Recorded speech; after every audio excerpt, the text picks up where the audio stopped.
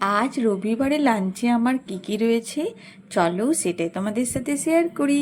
তো রবিবারের লাঞ্চে রয়েছে আমার গরম গরম ভাতের সাথে কাকচি লেবু কাঁচা লঙ্কা, তার সাথে রয়েছে পুনকা শাক ভাজা।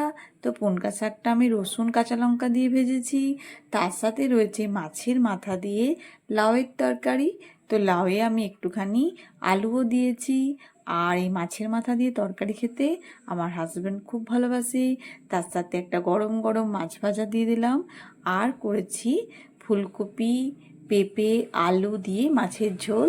তো এই ফুলকপির ঝোল খেতেও আমার খুব ভালো লাগে।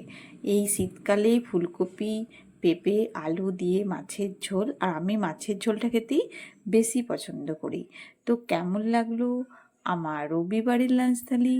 শুভ দুপুর বন্ধুরা, সবাই ভালো থেকো, সবারই দিন খুব ভালোভাবে কাটুক।